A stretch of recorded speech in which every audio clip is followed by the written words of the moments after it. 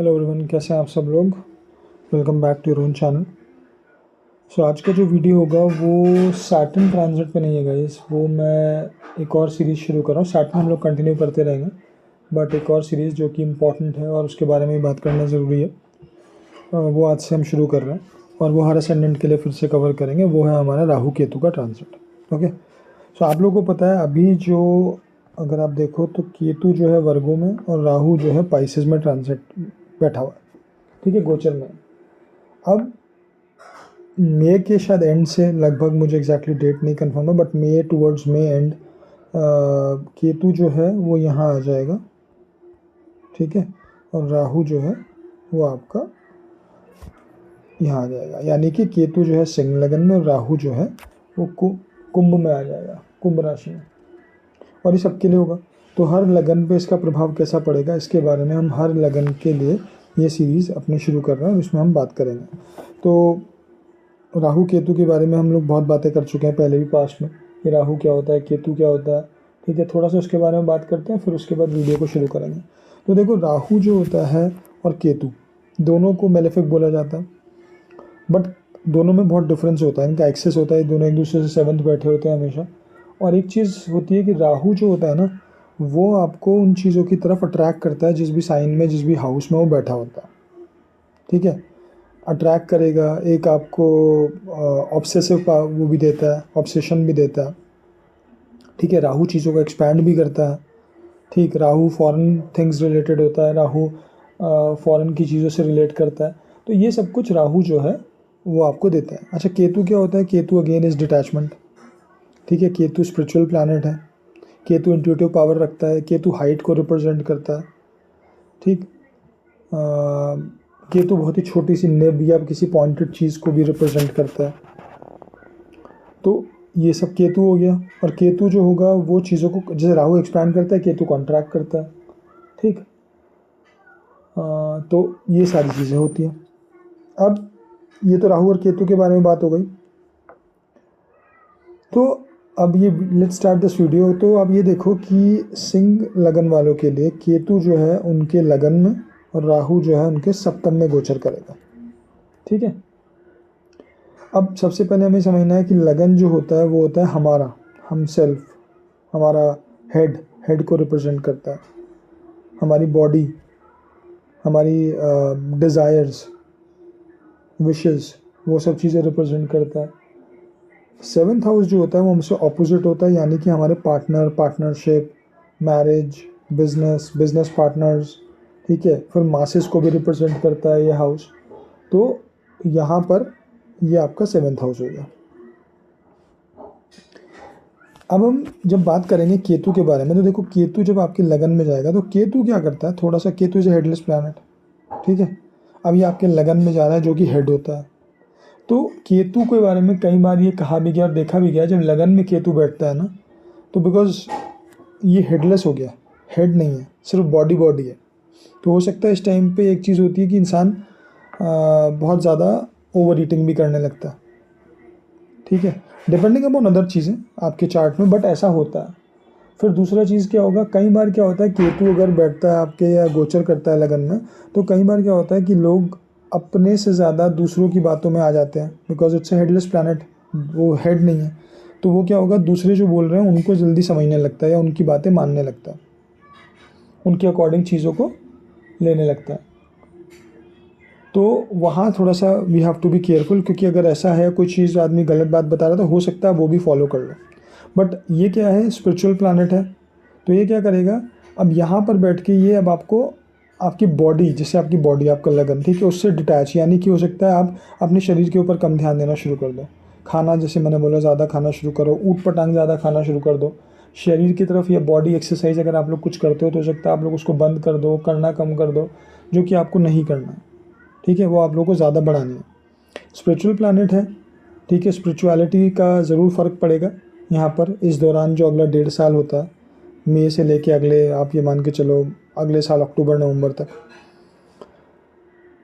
Meditation करो, योगा करो, ठीक है, वो आप लोगों के लिए बहुत अच्छा रहेगा जब केतु आपका लगन में जाएगा। और जिन भी लोगों के लगन में अगर केतु बैठा है या गोचर कर रहा है, तो उनको सबको यही होना चाहिए कि उन लोगों को थोड़ा स्पिरिचुअलिटी की तरफ, थोड़ा योगा, सेल्फ एनालिसिस या मेडिटेशन की तरफ जाना चाहिए, करना चाहिए। तो पहले भाव में मैंने आपको बताया जब केतु का गोचर होगा तो वो थोड़ा सा आपकी बॉडी को रिलेटेड चीज़ों में आपको डिटैच करेगा, तो प्लीज़ आप अपनी बॉडी की तरफ ध्यान दें। अब उसके बाद क्या होता है, राहु जो होता है, राहु जब 7th हाउस में आता है तो 7th हाउस क्या होता है? 7th हाउस जैसे मैंने आपको बताया relationship, partnership, partners, business partner, spouse, ये सब चीज़ें रिप्रेजेंट करता है आपका। ठीक है, राहु चीज़ों को एक्सपैंड करता है। तो देखो जिनकी शादी हुई है, हो सकता है कि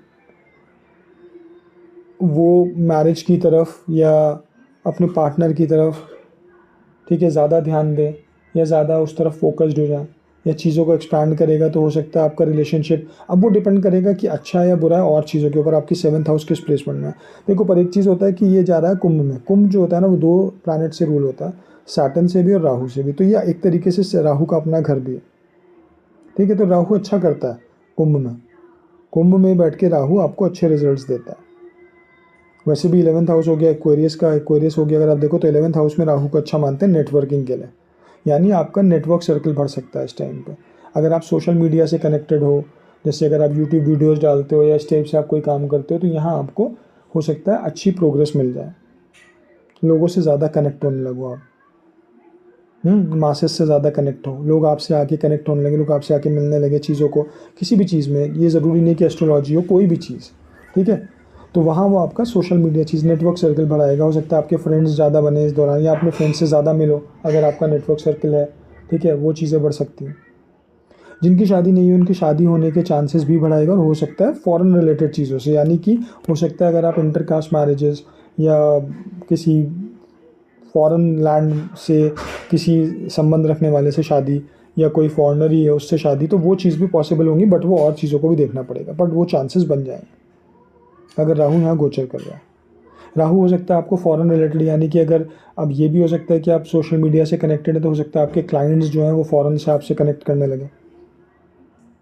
ठीक है, तो वो भी एक पॉसिबिलिटी बन सकती है। राहु यहाँ बैठ के रिलेशनशिप्स दे सकता है, कभी कभी 7th हाउस में बैठ के राहु मल्टीपल रिलेशनशिप्स देता है। ठीक, बिकॉज राहु चीज़ों को एक्सपैंड करता है।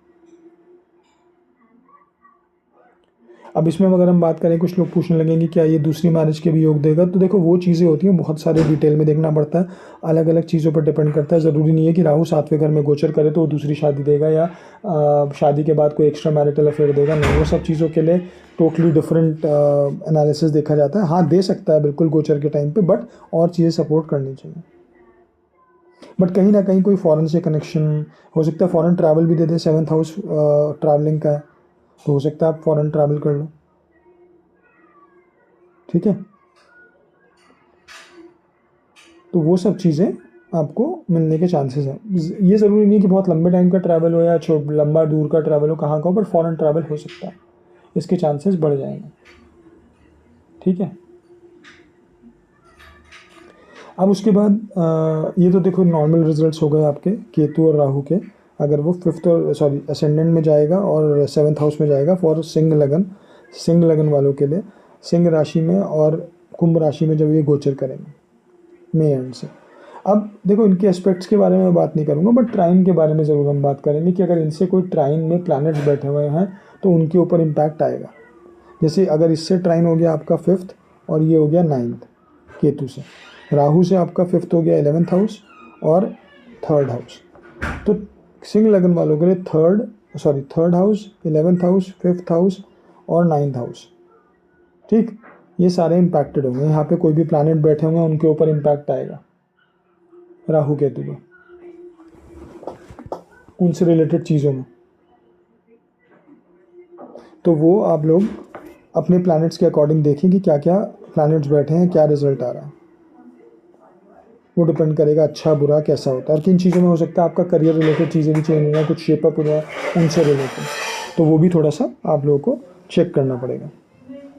ठीक है, तो ट्राइन को ज़रूर देखिए, मैं इतना बोल रहा हूँ। अगर आप एस्पेक्ट्स नहीं मानते, वैसे बहुत लोग राहु केतु के 5th और 9th एस्पेक्ट्स की बात करते हैं, बट अगर आप वो लोग नहीं मानते आप लोग, या आप लोगों को लगता है राहु केतु के एस्पेक्ट्स नहीं होते, मैं उसके बारे में डिबेट नहीं करूँगा, बिकॉज वो एक टॉपिक ऐसा है जिसके बारे में बहुत सारी डेफिनेशंस हैं, बट ट्राइन्स आप ज़रूर देखो 5th और 9th। अगर आप उसको एस्पेक्ट से मत देखो, ट्राइन से देखो कि उसके ट्राइन में जो है हमेशा ट्राइन are important.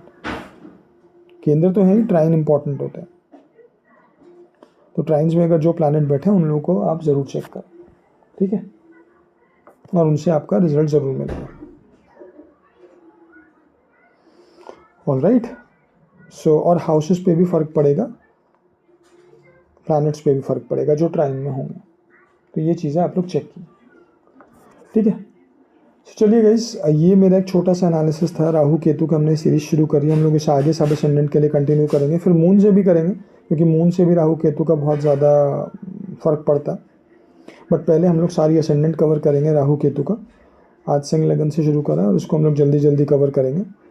So I hope आपको अच्छा लगा। अगर अच्छा लगा हो तो प्लीज़ चैनल को सब्सक्राइब करें, वीडियो को लाइक करें, शेयर करें और कमेंट करें अगर कुछ क्वेश्चन हो तो। चलिए मिलते हैं नेक्स्ट वीडियो में। Thank you, bye.